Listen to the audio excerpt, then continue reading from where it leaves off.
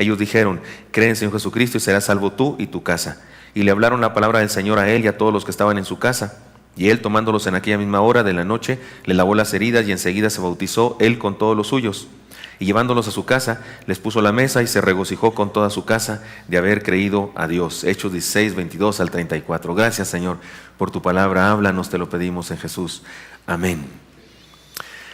Muy bien, ya hemos leído esta porción varias ocasiones. Creo que ahora me salió mejor la lectura, no me equivoqué como las veces anteriores, porque le hemos leído bastante. Así es que tenemos todo sobre la mesa para ir al séptimo principio. Hemos aprendido 6 principios y este es el séptimo principio. Le llamaremos el principio de las paradojas. Si quieren una traducción de eso, le podemos decir así: vivamos a la manera de Dios. Esta podría ser el título más claro para nosotros: vivamos a la manera de Dios. El diccionario define paradoja de la siguiente manera: la paradoja consiste en la unión de dos ideas opuestas que resultan contradictorias, pero que sin embargo pueden estar encerrando una verdad oculta. Déjenme les leo algunas paradojas que hay, por ejemplo, en el mundo. Alguien dijo así: al avaro, las riquezas lo hacen más pobre.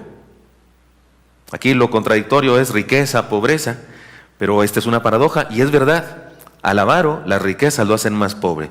Puede tener más dinero, pero es más pobre y digno de conmiseración porque está solo, triste y amargado. O soledad, que a fuerza de andar sola se siente de sí misma compañera. ¿Quién te acompaña? La soledad. Chole. Si quieres paz, prepárate para la guerra.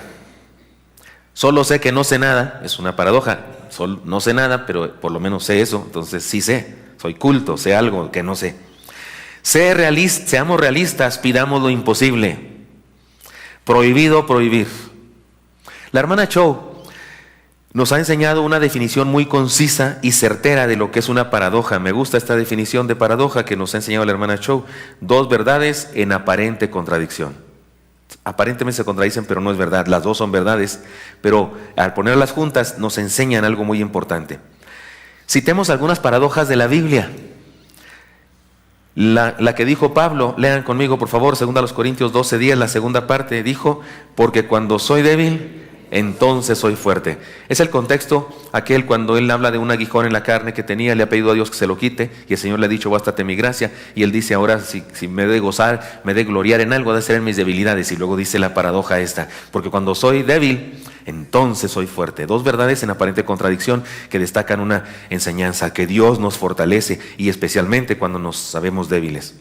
Y la otra paradoja, la bienaventuranza perdida del Señor. Se dice la bienaventuranza perdida, lo he explicado, porque no está en los evangelios, no está en el sermón de la montaña, donde están las bienaventuranzas, solo que en el libro de los Hechos, Pablo dice que el Señor dijo.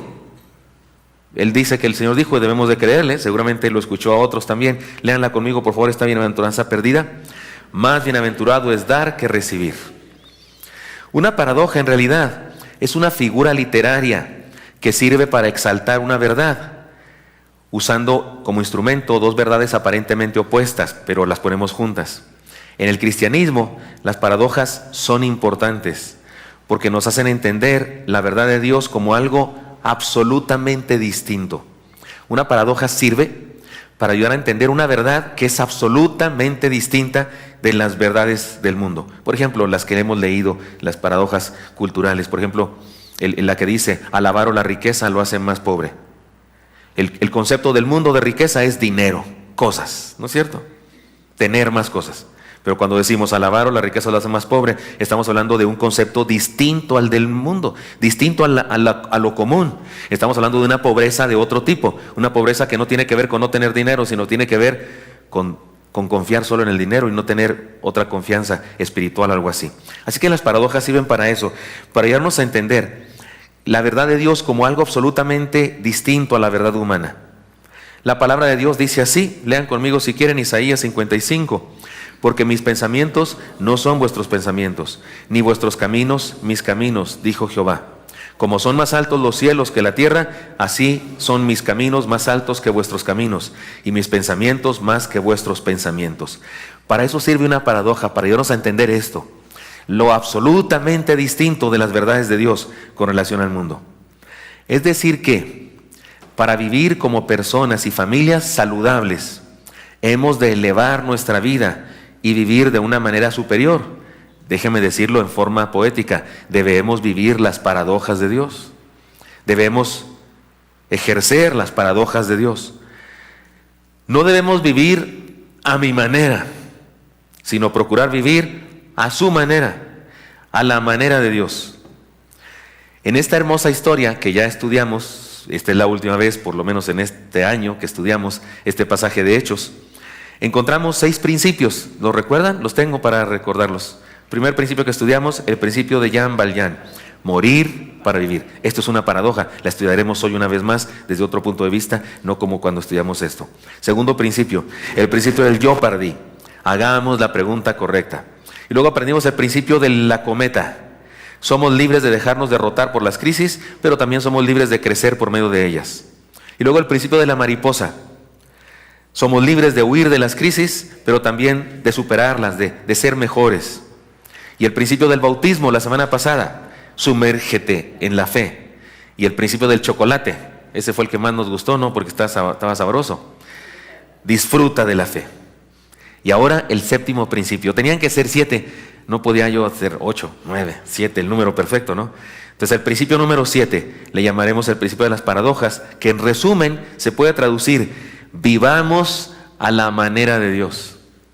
La idea es elevarnos por encima de las verdades del mundo y vivir a la manera de Dios, no a la manera del mundo. Y déjeme decirles una ilustración que no aparece en el boletín, pero que tal vez usted conoce esta historia. En la Segunda Guerra Mundial, los aviones fueron muy importantes. Fue una de las guerras en donde este asunto de los aviones resultaron muy importantes y clave para ganar la guerra. Y se dice de un aviador, usted sabe, en Estados Unidos pues tomó a jóvenes de todas partes, jóvenes de la granja, jóvenes de la ciudad, donde quiera. Este joven en particular, este aviador, era un joven que sabía mucho del campo, era granjero. Y bueno, lo habían llamado para defender a su nación y esas cosas, y se fue y fue aviador, pero sabía muchas cosas de granja. Y bueno, iba en el avión y atrás llevaba su paracaídas, que es algo indispensable por el caso de que le un balazo al avión, lo que sea, y tiene que tirarse. Pero él empezó a escuchar un ruido en su paracaídas, y como era conocedor de esas cosas, sabía: hay una rata de campo en mi paracaídas, se está comiendo mi paracaídas o está destrozando mi paracaídas, y lo va a agujerar todo, y entonces si tengo un problema, pues salto y se agujera todo y me mato, ¿verdad? Digo, ¿qué hago? Ni modo de estacionarme, ¿no? En la esquina, en el Oxxo, pues ¿cómo voy en las alturas? Además va a cumplir una misión, no me puedo pasar a la parte de atrás, deshacer mi paracaídas para encontrarla, ¿cómo le hago eso? Dijo, ¿qué hago? Pero él pensó algo, porque sabía de esas cosas, y decidió hacer algo. Empezó a elevar su avión lo más que podía. No sé si saben, pero los roedores no soportan las alturas. Así los matan las águilas. Las águilas pasan rasando y toman una liebre o una rata, lo que sea de campo, y la suben muy alto, más alto que las nubes, hasta que su cerebro les estalla. Las arterias, las venas del cerebro le estallan porque la altitud no la pueden soportar. Y entonces él elevó su avión lo más alto que pudo, hasta que dejó de oír ruido y dijo, ya se murió. Entonces, ¿quieres matar a las ratas de tu vida? Elévate. ¿Estoy hablando claro? Porque de repente traemos ratas por ahí en nuestra vida que roen nuestra moral, que roen nuestro comportamiento cristiano. ¿Qué hacer? Pues eleva tu vida, eleva tu nivel de vida, y entonces las ratas se mueren. Y si quieres pensar en ratas como personas, también te dejan. Si te elevas, algunas ratas se van de tu vida, en el sentido que quieras. Estos 6 principios, y ahora este nuevo, tienen que ver con esto de elevar nuestra vida, tienen que ver con esto de vivir a la manera de Dios. Así que se relaciona con todo lo que hemos aprendido.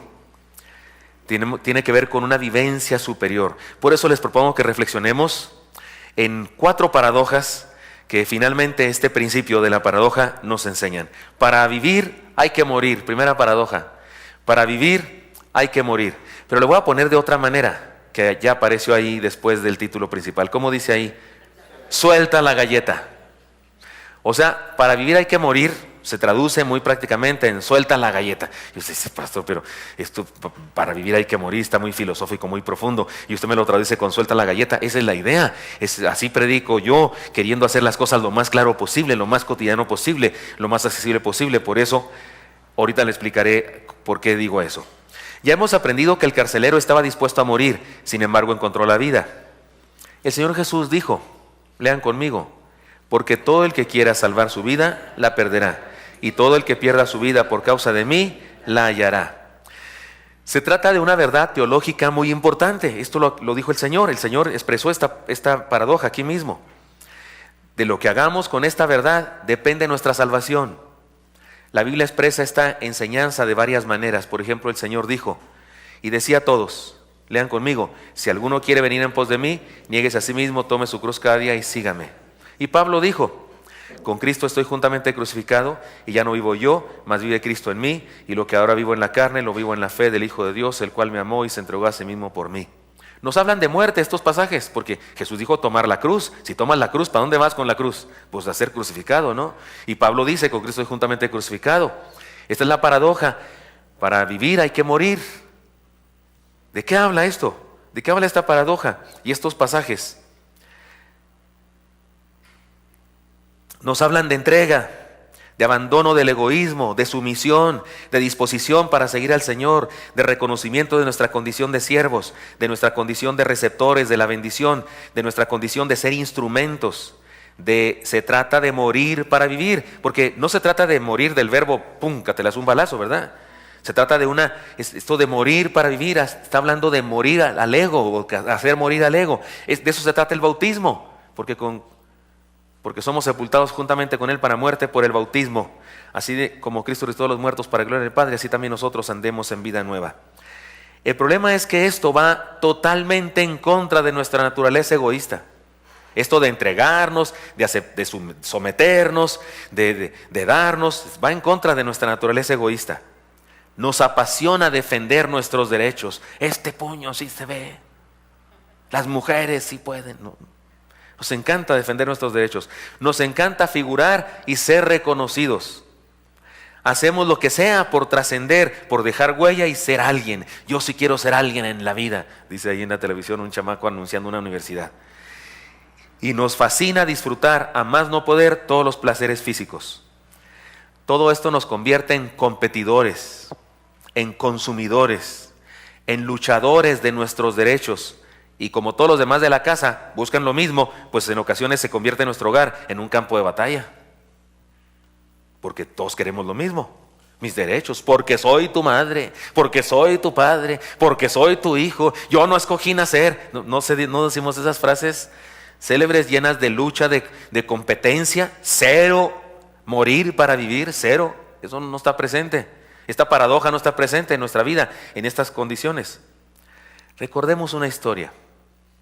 Tal vez se la saben. Había un niño que le gustaban mucho las galletas y ya había comido demasiadas galletas y su madre le dijo, ni una más. Y la mamá metió las galletas en un jarrón que tenía un cuello así. Por el cuello solamente cabía una mano así, difícilmente, y adentro las galletas. Y la mamá se fue al supermercado y el chamaco dijo, total, no creo que las haya contado. ¿Qué tanto es una galleta? Así que metió su mano por el agujero del cuello del jarrón y agarró la galleta y se le atoró. Porque la mano cabía, pero no una mano con galleta. ¿Captan la idea? Y entonces dijo, ¿qué hago?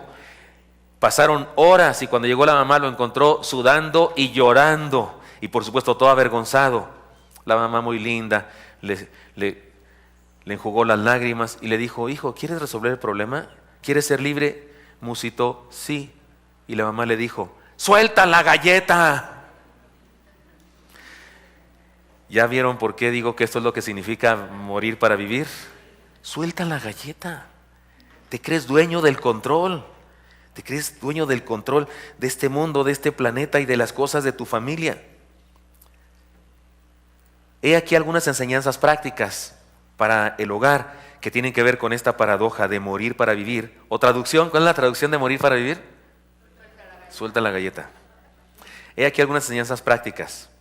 Exigir nuestros derechos en casa es convertir el hogar en una lucha de poder que nadie gana. Escúcheme, nadie gana. Las guerras no se ganan, se pierden. Puede haber quien pierde más que otro, pero los dos pierden. Las guerras nadie las gana, todos las perdemos. ¿Dije perdemos? Todos las perdemos. Así que exigir nuestros derechos en casa es convertir el hogar en una lucha de poder que nadie gana. Ceder nuestros derechos es defenderlos de los demás, y defenderlos de los demás es disfrutar el derecho de ser feliz. Así que en casa, hermano, no exija sus derechos, defienda los de los otros. Dé a los otros y usted disfrutará del derecho de ser feliz. Soltar el control del poder es poseer el control del amor. El Señor Jesús nos amó y ahora nos tiene en sus manos, ahora somos sus siervos, sus esclavos. ¿Cómo lo consiguió? Que lo amáramos tanto y que nos entregáramos tanto a Él. Nos amó, dio su vida por nosotros, dio su vida por nosotros. Entregarlo todo hasta quedarnos sin nada de lo que tenemos, es recibir todo lo que necesitamos para vivir. ¿Cómo qué? Buenas relaciones, paz, plenitud, felicidad, amor. Pero usted quiere tener el control, quiere tenerlo todo, y ahí está de egoístota, de soberbio. Y perdóneme, pero ni paz, ni buenas relaciones, ni plenitud, ni felicidad, ni amor. Estar dispuesto a morir es estar dispuesto a servir, a perdonar, a ceder, a entregar, a amar. Quien así lo hace, experimenta la vida verdadera. Primera paradoja, morir para vivir. Traducción, suelta la galleta. Segunda paradoja de este principio de las paradojas. Para saber hay que ignorar. Traducción, bájate del tabique. ¿De acuerdo? ¿Te acuerdas? En cada caso voy a hacer una traducción simple y sencilla. Bájate del tabique. Aquel carcelero de Filipos fue testigo de la tortura de los cristianos, de Pablo y Silas. Fue el encargado de apresarlos y ponerlos en el calabozo más profundo. Seguramente los trató como delincuentes, como reos, con despotismo y crueldad. Pero unas horas después les busca para aprender de ellos. Se convierte en su alumno y posteriormente en su enfermero y su seguidor. Recordemos que les hizo la pregunta más trascendente de su vida. Seguramente les hizo muchas otras que no se registraron. Pasó de ser jefe y opresor y posiblemente abusador a un discípulo hambriento de enseñanzas que se sentó a los pies de los discípulos y les dijo: enséñenme. Oiga, eso sí que es un cambio. ¿Se imagina? Es el director del penal. ¿Alguna vez ha ido a la cárcel usted? No solamente de preso, a lo mejor también, pero no solo de preso, sino ¿ha ido a visitar a alguien? ¿No te tratan como delincuente? Y no eres delincuente, y te tratan como delincuente, ¿no es cierto? Y te trata como delincuente un empleado de segunda, o sea, no el jefe. ¿Te imaginas cómo te tratará el jefe? Pues este era el mero papas fritas de la cárcel. ¿Cómo trató a los discípulos? Con despotismo seguramente. Métanlos, agárrenlos ahí, sáquenlos. Y ahora, ¿qué debo hacer para ser salvo? ¿Y por qué esto? ¿Y por qué aquello? Y ahora es alumno. ¿Qué cambio más grande? Pasó de ser un jefe, un opresor y posiblemente un abusador a un discípulo hambriento de enseñanza. Esto me recuerda a las palabras del apóstol Pablo. Lean conmigo 1 Corintios 3:18. Nadie se engaña a sí mismo. Si alguno entre vosotros se cree sabio en este siglo, ¿qué? Hágase ignorante para que llegue a ser salvo. ¿Ya ve? Sí, la paradoja sí está en la Biblia. Para saber hay que ¿qué?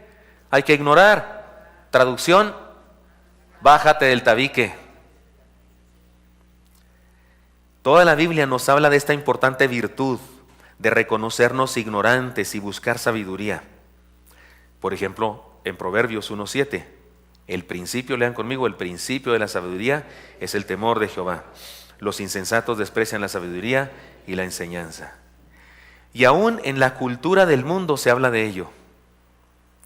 Dice Alberto Cortés, cantautor argentino, aprender a escuchar, esa es la clave si se tienen intenciones de saber. Confucio decía, saber que se sabe lo que se sabe y que no se sabe lo que no se sabe, he aquí el verdadero saber. Está bueno, ¿no?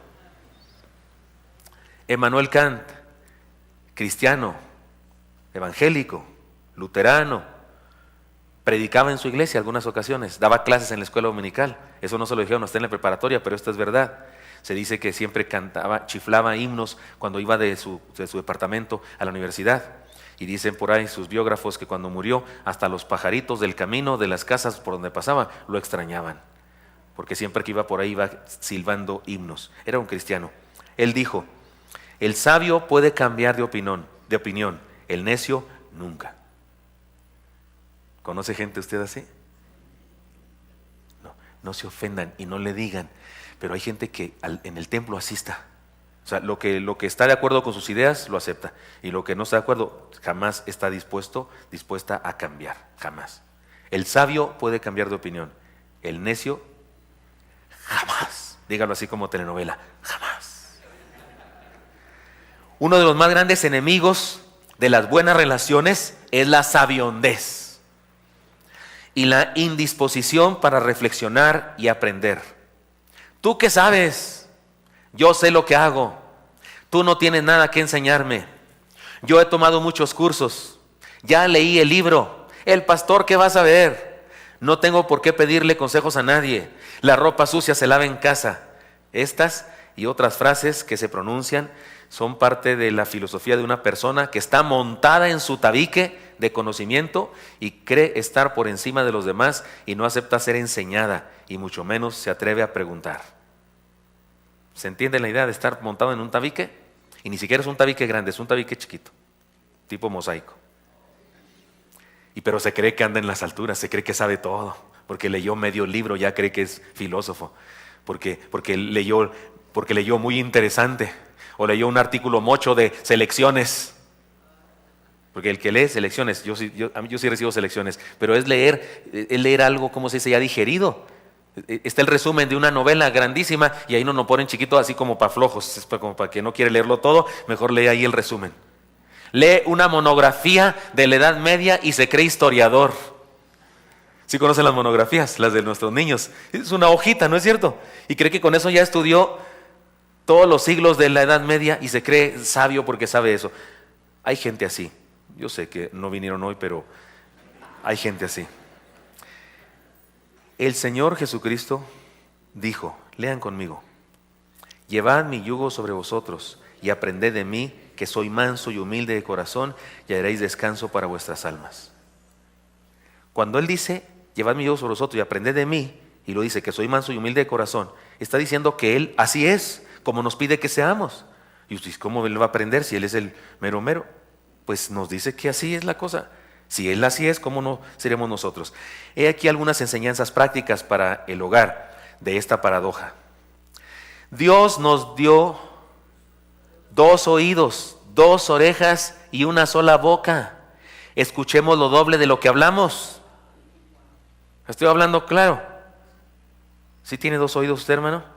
Y además 2 orejas, que son ayuda de los oídos. Y algunos tienen mucha ayuda, que si las movieran volaban, ¿no es cierto? ¿Y cuántas bocas? Una.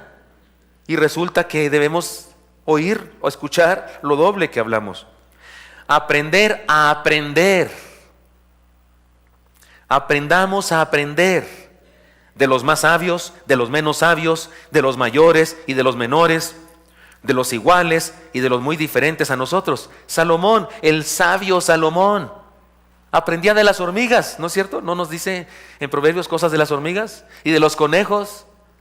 Aprendía de las cosas simples de la vida. Con todo respeto, si somos poquito más inteligentes que las hormigas, sí, más o menos, ¿no? Sí, ¿verdad? Bueno, y Salomón aprendía de las hormigas. Por eso digo, aprendamos a aprender. Hay gente que no ha aprendido a aprender. O sea, no aprende porque no ha aprendido a aprender. Porque para aprender hay que saberse ignorante. Esta es la paradoja. Ignora para aprender. Y en tercer lugar, reconozcámonos ignorantes y valoremos el conocimiento y la sabiduría de los demás. Tú que sabes, tontearse en la casa es sacrilegio.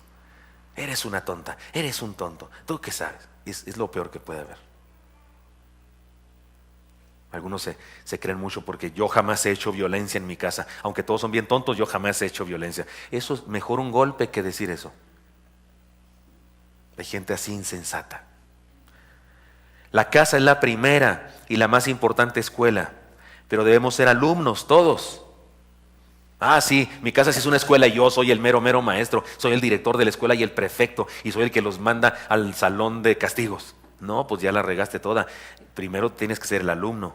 Somos alumnos todos y no solo maestros. Desechemos la soberbia de creer que todo lo sabemos y vivamos la paradoja de ser sabiamente ignorantes. ¿Se capta ahí la paradoja? Vivamos la paradoja de ser sabiamente ignorantes o de ignorar para saber. ¿Qué es la paradoja tal cual? Traducción de la paradoja, ignorar para saber cuál es. Bájate del tabique. Y si quiere agregarle, no sea sangrón o patán, puede agregarle lo que quiera. Y tercera enseñanza, tercera paradoja. Para salir hay que entrar. Esta no resulta tan paradójica, pero vamos a convertirla en paradoja. Y la traducción es, no huyas, cobarde, puede decir después. Miren, le explico esta paradoja. Este filipense, este hombre de Filipos, fue un atrevido que nos deja un gran ejemplo a seguir. El texto dice, el 29 dice, él entonces, pidiendo luz, se precipitó adentro y temblando se postró a los pies de Pablo y de Silas. Hermanos, posiblemente nunca había entrado a esa parte de la cárcel. Él era el jefe, solo daba órdenes para que las cosas se hicieran. Pero en esta ocasión solicitó una antorcha y se apresuró a entrar hasta el fondo. El texto dice se precipitó. ¿A qué le suena se precipitó? Se lanzó con todo, rapidísimo. Se precipitó, así se apuró hasta el fondo. Tenía una pregunta y quería resolverla. Tenía una necesidad y quería saciarla. Era jefe, pero se atrevió a ser siervo. Esta es la actitud que se requiere para conseguir cosas buenas en la vida. Me recuerda la palabra del Señor cuando dijo, ¿lo leen conmigo? Yo soy la puerta, el que por mí entrare será salvo, y entrará y saldrá y hallará pastos. Juan 10:9. Es indispensable entrar para poder salir y encontrar bendición. La enseñanza tiene que ver con atrevimiento. Lo que quiero decir con esta paradoja es el atrevimiento, el arrojo, el valor, la disposición. Uno de los más grandes enemigos de la salud en la familia es la necedad de seguir los caminos de siempre y rechazar los novedosos caminos que Dios nos presenta. Se nos dificulta hacer cosas nuevas. No se me ofenda. Y si se ofende, pues ya ni modo. En la iglesia implementamos cosas nuevas y algunas diferentes a otras congregaciones. Por ejemplo, no somos los únicos que lo hacemos, pero no todas las iglesias lo hacen. Tomamos la Biblia y decimos, la palabra, ¿cómo decimos en esta nueva? La palabra de Dios contiene este libro. A lo mejor usted tiene problemas en su brazo derecho, a lo mejor lo que sea, no se ofenda ni nada, pero yo veo personas así cuando estamos haciendo eso, así como diciendo esta bola de borregos que están haciendo. Yo no necesito hacer eso para obedecer la Biblia, ya lo sabemos. Y yo sé que levantarla no se le transmite así la Biblia, ya es muy sabio, no. Pero igual que cuando Dios le dijo a los hebreos cuando cruzaron el mar y después el río, en las dos ocasiones les dijo, junten piedras del fondo y las ponen aquí. Alguien pudo haber dicho, ¿para qué juntamos piedras? Si yo de todas maneras pasé. Sí, pero a veces hay que hacer cosas para manifestarte, para declararte, para comprometerte. Por eso el Señor dijo, escríbelas en las paredes de tu casa. Entre tus sienes, ponlas también. ¿Se acuerdan que dijo eso? Las palabras que yo te mando hoy las enseñarás a tus hijos, a los hijos de tus hijos. ¿Se acuerdan que dijo eso? Y lo dijo que se escribieran. Y usted puede decir, no necesito escribirlas para hacer. Claro que no. Pero cuando haces eso, estás comprometiéndote. Estás haciendo algo diferente. Cuando te pones de rodillas, no tienes que ponerte de rodillas todo el tiempo cuando oras. Pero cuando te pones de rodillas, manifiestas que tu alma está comprometida con Dios. Pero hay gente a la que no le gusta hacer cosas, no le gusta humillarse, no le gusta hacer lo que hacen otros. Y yo sé que hay personas hasta que nos critican porque hacemos la declaración de fe. Hoy por la tarde, fíjense, hoy por la tarde tenemos un asunto muy especial en la Magna de Jóvenes. 4 jóvenes van a hacer un compromiso que se llama compromiso de varón de Dios. Lo hacemos, creo que somos la única iglesia de por acá que lo hace. Lo hacemos porque en todas las culturas del mundo, incluyendo la cultura en donde creció el Señor Jesucristo, llevan a cabo un ritual en donde se reconoce que el niño deja de ser niño y se convierte en varón.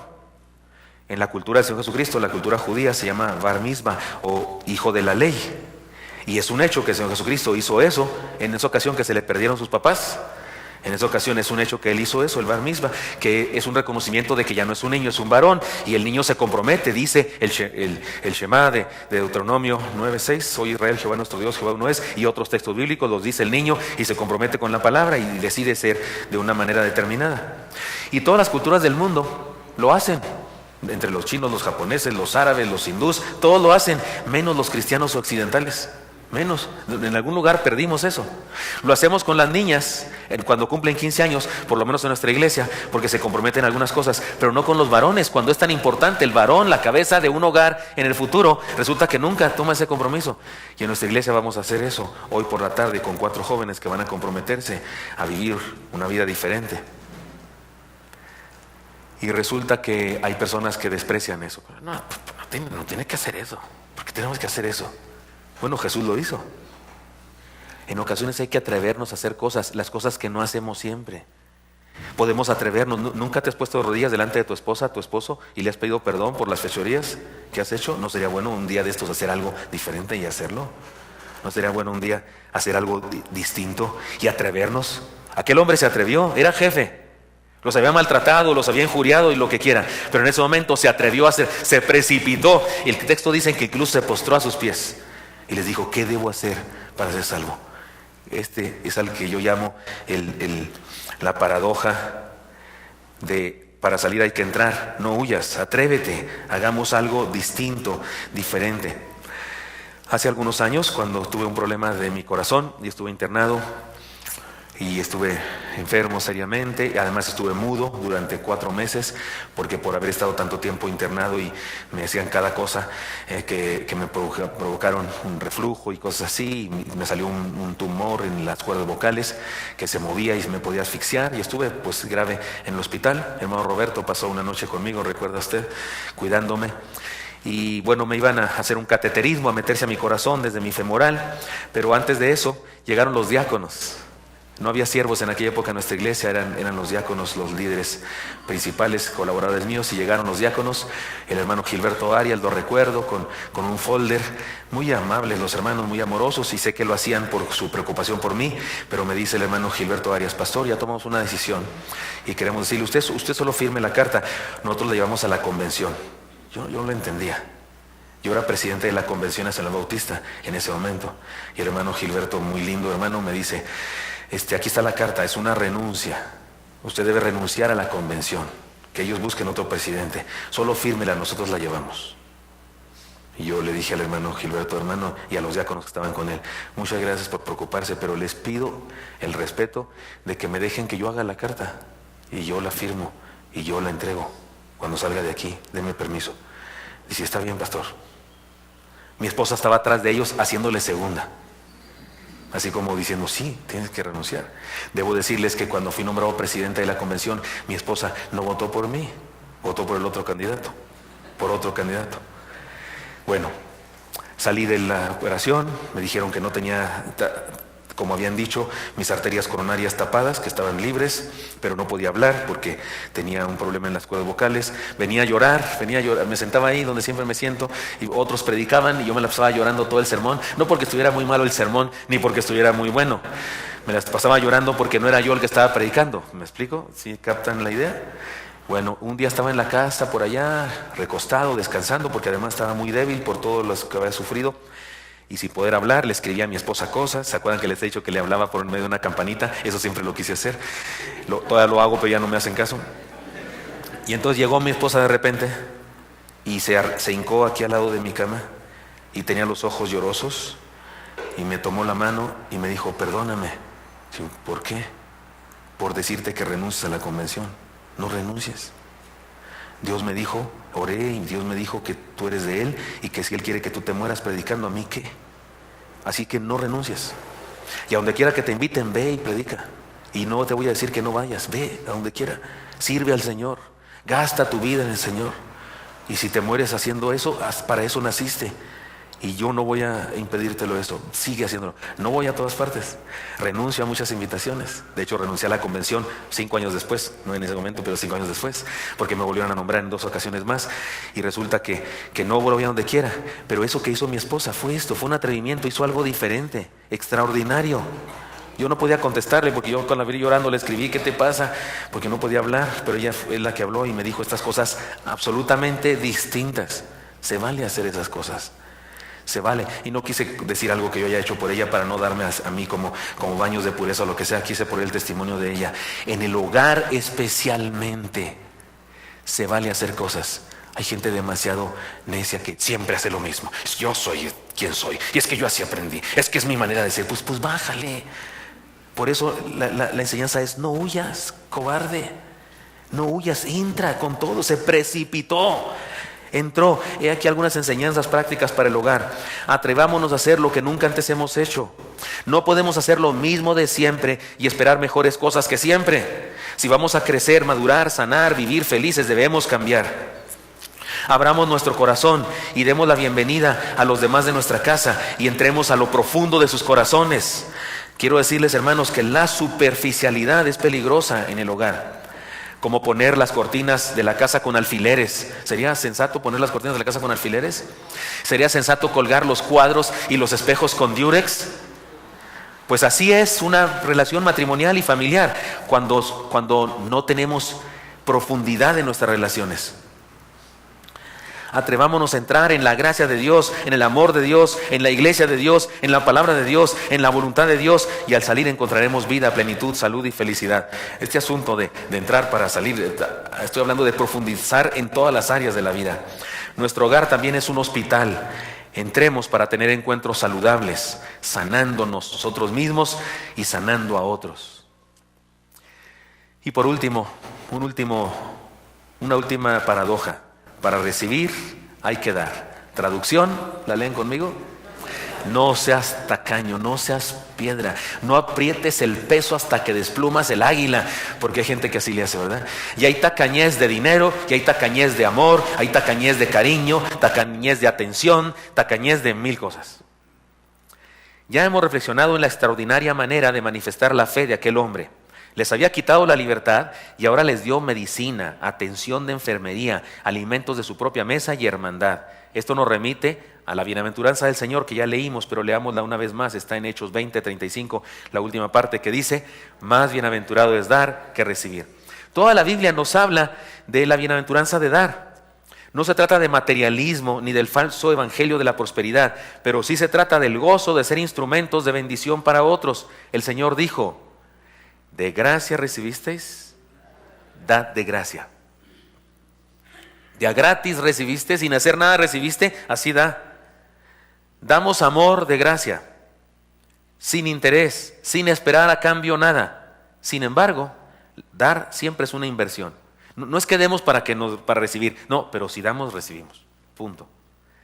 Uno de los poemas más hermosos de esta verdad está en el Eclesiastés 11:1, ¿lo leen conmigo? Echa tu pan sobre las aguas, porque después de muchos días lo hallarás.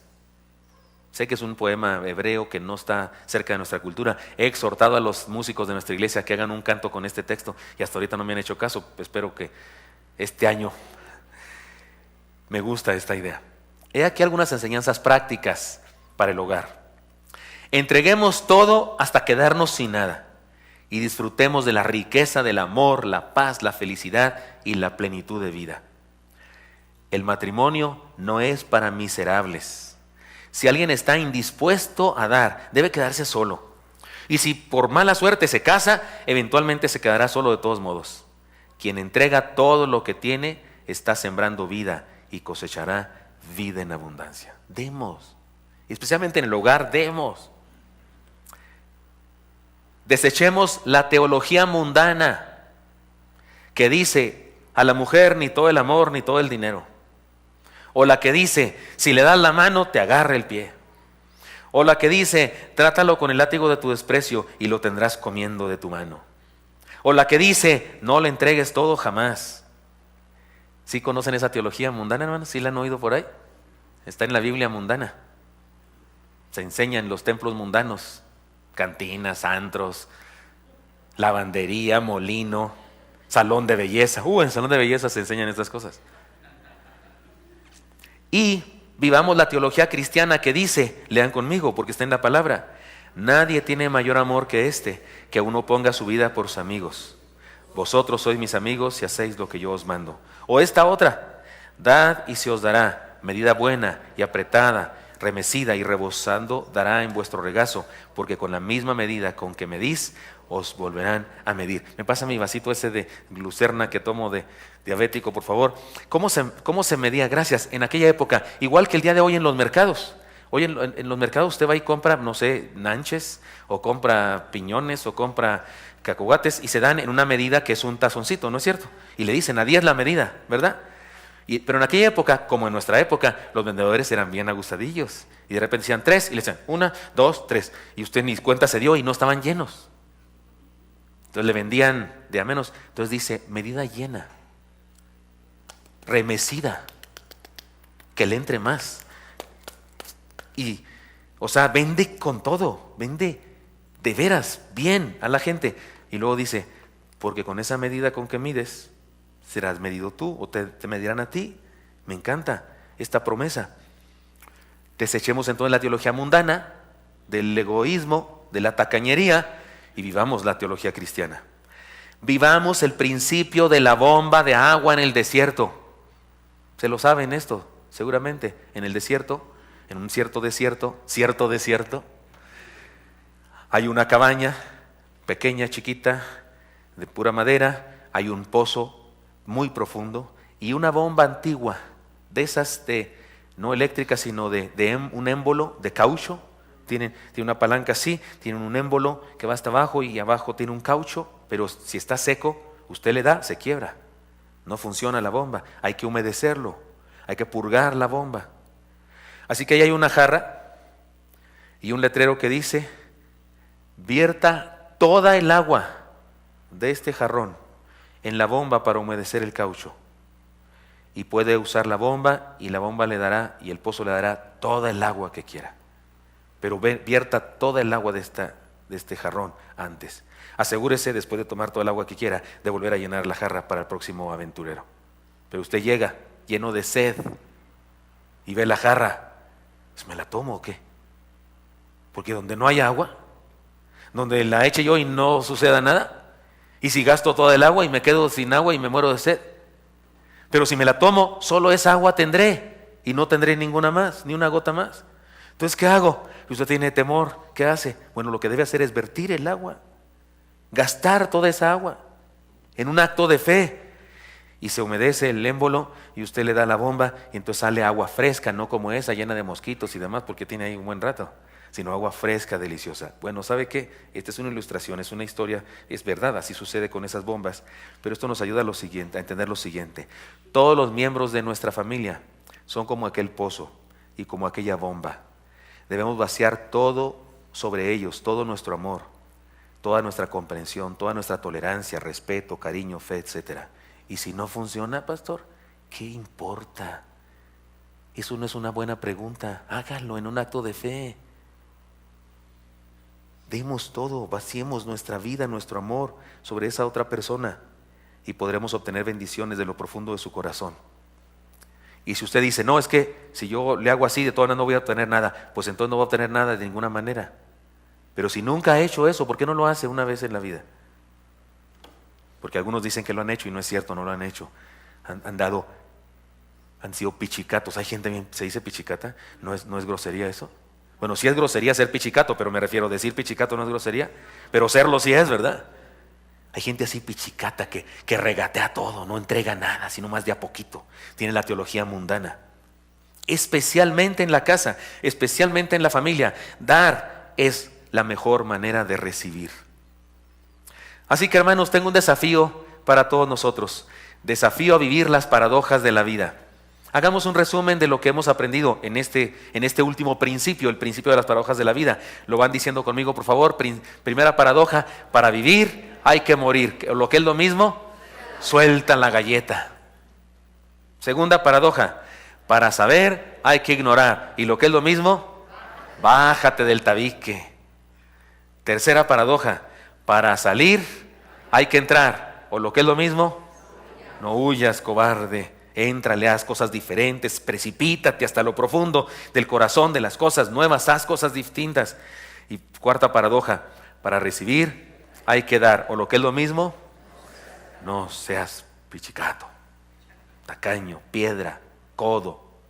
Hay una persona, era tan coda que se llamaba Gastón, y le dijo a la esposa: mi vida, ya no me digas Gastón, dime nomás Ton. ¿Por qué? Para ahorrarnos el gas. Digo, además de tacaño era bruto, ¿verdad? Pero bueno, es otra cosa. Permítanme hacer un ejercicio. Permítame decir estas paradojas al revés, aplicándolas a una persona imaginaria. Claro, cada quien se puede identificar si quiere. Dijo que quería vivir la vida antes de convertirse en cristiano y consiguió la muerte en un antro. Eso fue paradójico. Presumía de saber de todo y nunca quiso escuchar el evangelio. Ahora es el más culto del infierno. No quiso entrar en el arca de Noé porque no había agua de la cual preocuparse y se ahogó en el diluvio. Esa está muy obvia. Y por último, se quedó con toda la riqueza que tenía y vivió como la persona más pobre del planeta, sin amigos, sin familia, sin vida verdadera. Como dijimos al principio, las paradojas son enseñanzas que nos ayudan a entender lo absolutamente distinta que es la verdad de Dios a las mentiras del mundo. Así que la decisión que debemos tomar aquí es muy sencilla. ¿Queremos vivir a la manera del mundo o a la manera de Dios? Esa es la cosa. Esta es la disyuntiva aquí. No hay más. ¿Queremos vivir a la manera del mundo o a la manera de Dios? Porque una paradoja nos presenta una verdad como una verdad absolutamente distinta al mundo. Por eso la disyuntiva aquí, por eso la cosa que podemos escoger aquí en este sermón es: ¿queremos vivir a la manera del mundo o a la manera de Dios? Yo les propongo, vivamos las paradojas de la fe y tendremos una familia sana y feliz.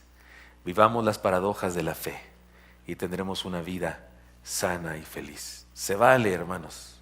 Hermanos varones, se vale vivir las paradojas de la fe. El mundo nos dice que es el hombre, el macho. La mujer tiene que estar sometida. Para eso soy su marido. Pero se consigue más haciéndole caso a lo que dice la palabra: someteos unos a otros. También el hombre se somete a su esposa, por supuesto, eso dice la Escritura. Si el mundo nos dice que soy el macho, algunos se basan en la Biblia, es que la Biblia dice que yo soy cabeza del hogar. Sí, la cabeza hace que el cuerpo esté bien. ¿A poco la cabeza maltrata al cuerpo?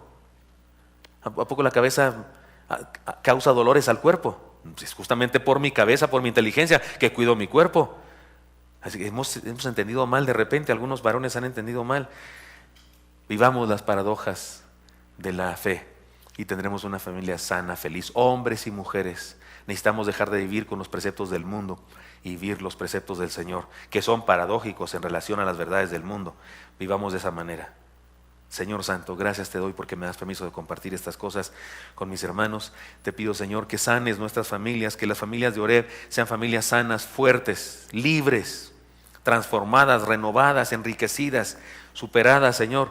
Que podamos vivir por encima, Dios, por encima de las circunstancias del mundo.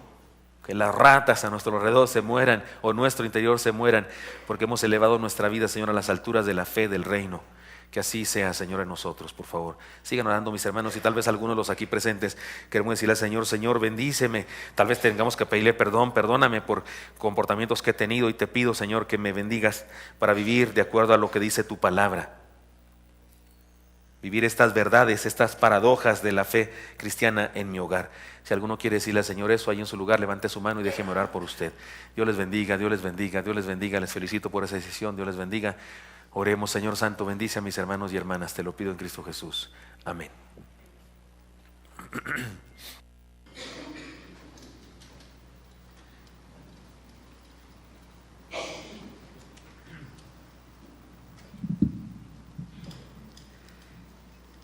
Trae todos los diezmos al alfolí y hay alimento en mi casa.